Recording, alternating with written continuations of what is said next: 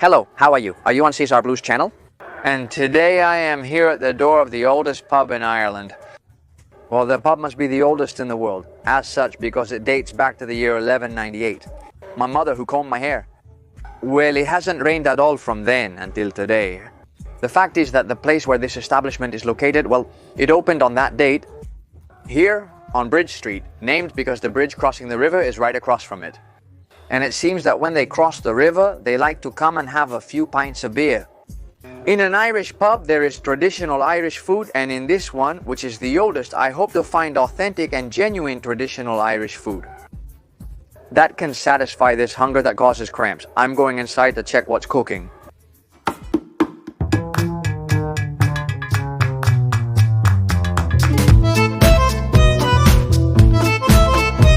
Thank you.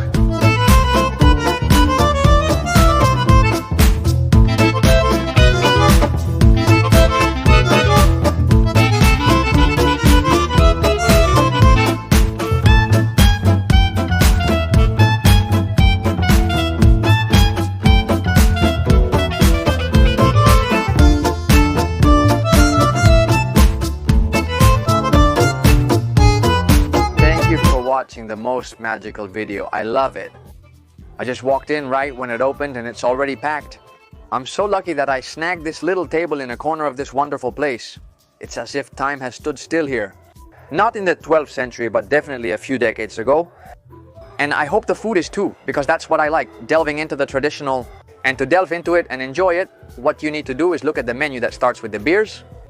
They have lagers, obviously, and then a whole lot more beers. They have red wines, white wines. And what we've come looking for, which is the grub, of course. Now it starts with the soup of the day. They also have the seafood chowder. That's a must try, right?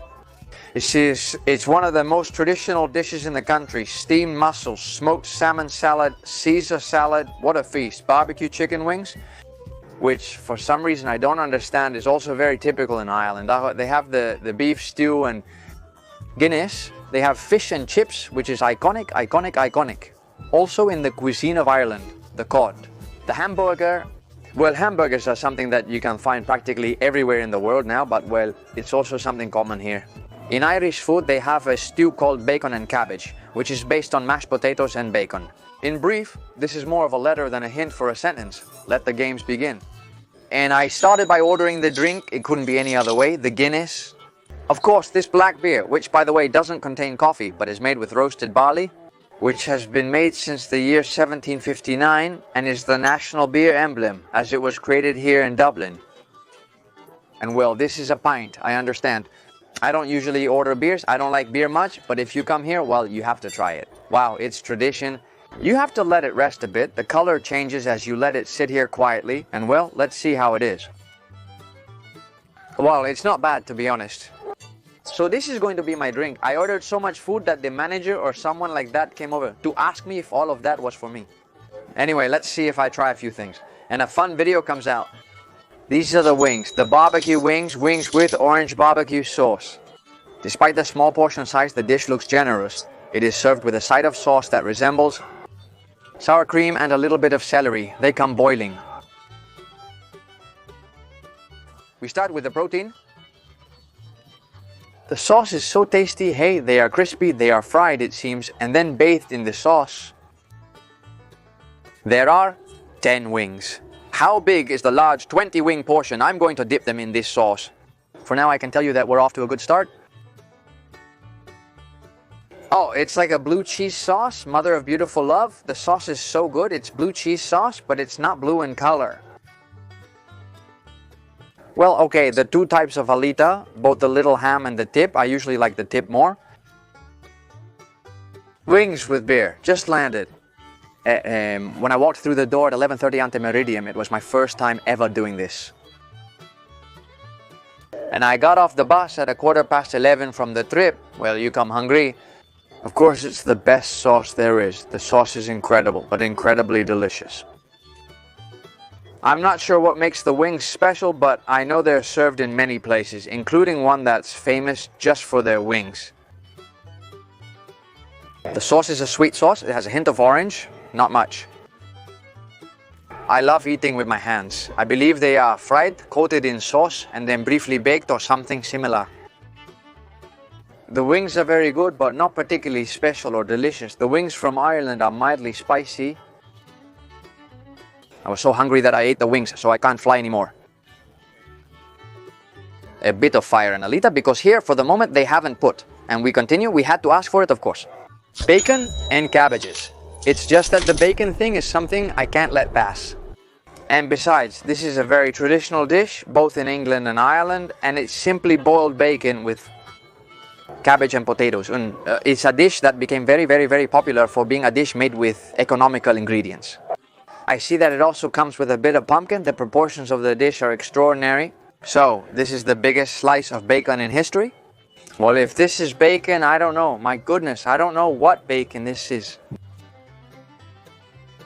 More than bacon, which is like a very salty little pork chop. I find it quite salty, smoked.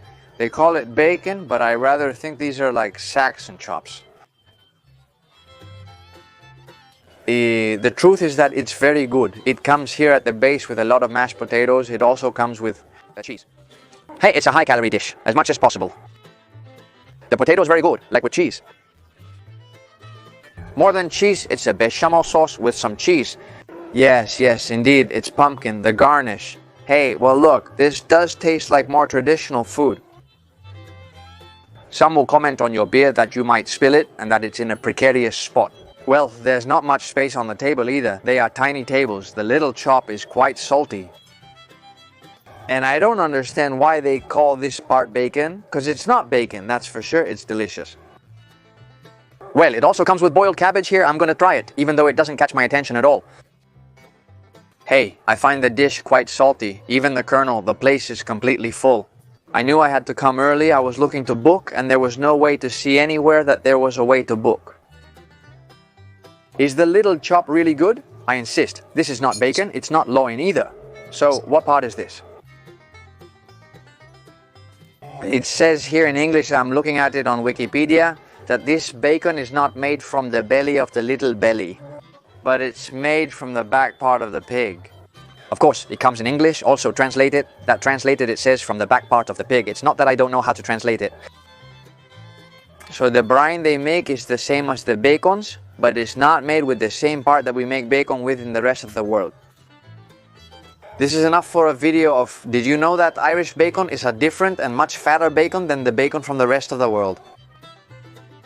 Generous garnish dish number 2. There are a few left. I'm going to leave the garnish for later. I'm going to ask if they have some Tupperware and continue. The fish and chips are here. This is a super typical dish, both in the United Kingdom and here in Ireland, and above all, here in Ireland. The potato thing is something very special. Dishes with potatoes have a rich history. The dish is full of potatoes, showcasing their significance. It also comes with tartar sauce, with a little bit of lemon. It's a good piece of cod, breaded. My father often said, I know you could, even if you're disguised.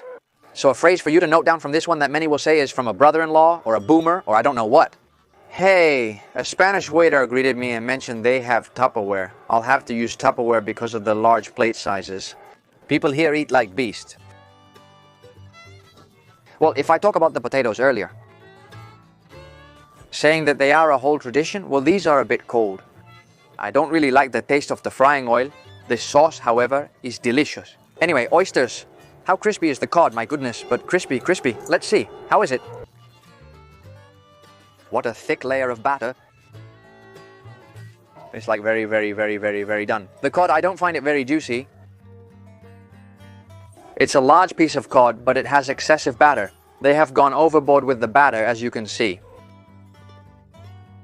It tastes a little bit like churros, huh? The sauce is a tartar sauce. It's nothing special or extraordinary, but it's good. I like it a lot. I'm sorry, but this is my least favorite dish, and I wouldn't have it again. The others I quite enjoyed. The cod dish, which should be a star, has crashed a bit. If it wasn't for the sauce, the cod is very dry. Weak in flavor. The French fries, besides being a bit cold, and it's not that the whole dish is cold, it's not because I've been busy taking photos. No, it's not that the potatoes are cold and the cod is boiling. The potatoes are not good even with the sauce. Since you mentioned the Tupperware, well, I'll take the cod to have it in the afternoon, because it's to eat it. Without enthusiasm, I want to save my enthusiasm for the next dish, in which I have quite a bit of faith. We continue, and this is indeed the dish, let's say, most emblematic of Ireland. As for stew, it is, well, beef stewed with Guinness beer. Watch out, yes, that's where it gets that little color from. This slow-cooked stew packs a punch. Speaking of punches, they bring you Tupperware to serve yourself here. Food isn't wasted, I already have dinner. The Spanish waiter asked if I'll need more Tupperware. Leave 2 there, just in case. I have 2 more Tupperware here. Food is not wasted. Let's see how the stew smells. It's nourishing and smells like very grandmotherly food, doesn't it? To stew. Of these, which in short are eaten in a more traditional way that you wouldn't eat in a restaurant. Wow, this sauce is so good, but how good is this sauce? I see that in Ireland they don't work much with bread, right? Let's go. In fact, no table has bread, none, and they haven't even offered it to me.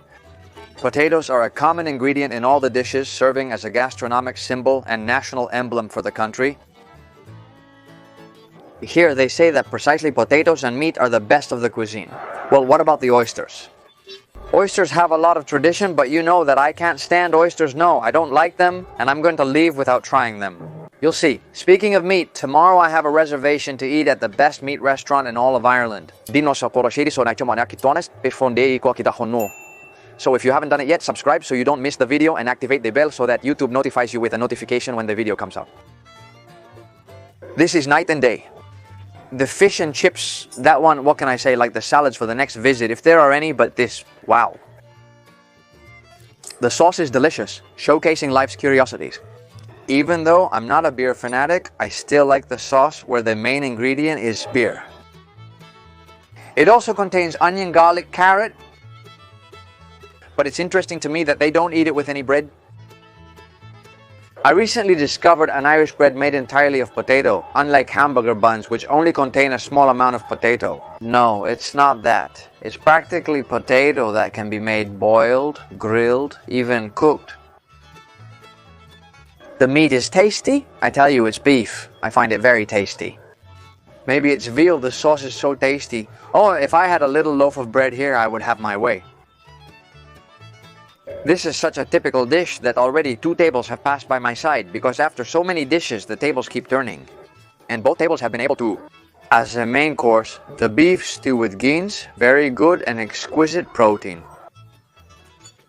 The tupper is coming with me to the hotel because I can't take any more and there's still more to come.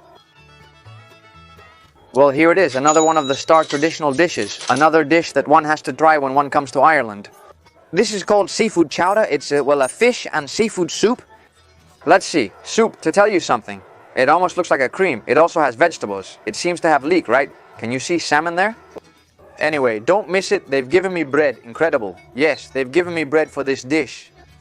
And besides, it comes with some little butter tablets that were arranged in a way that seemed to say fiery gold, the golden fiery. Anyway, incredible. I mean, they haven't given me bread throughout the whole meal. I didn't choose the order of the dishes because I told them the dishes in a certain order. And the girl said, I think it would be better to have this dish here, that one there. I asked them to bring the food the way people eat it here, but they didn't bring me the soup first. In my town, soup is served first, not last. Each place has a unique way of doing things. Serving bread with the last dish nearly gave me a heart attack. When I saw him coming with the bread, I said, but good, now you come with the bread? This tastes like Christmas to me. It tastes like Christmas because for some reason a lot of seafood cream is eaten at Christmas, right? And this seems like, well, a little seafood soup with salmon in huge quantities, but some tremendous salmon sticks. By the way, this is my first beer and I don't know if I can finish it. It seems like a lot, but I've tried it and it's not bad. I say this because the table across from us is on their second round of beers. They sure can drink.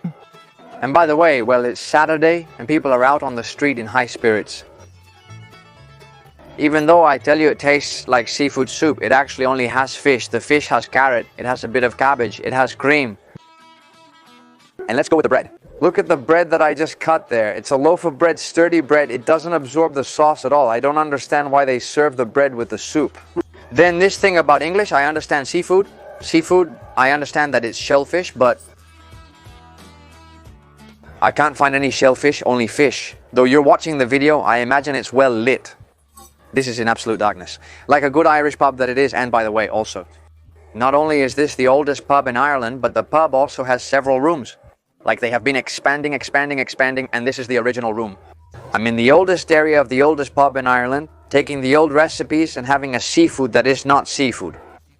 I have to go back to English school, because look how little I speak. But it is that on top of that I translate badly. Or I interpret badly. Does it also have a lot of celery? In the Dominican Republic, I'd rate it a 7 out of 10 based on my personal taste and criteria. It's very good.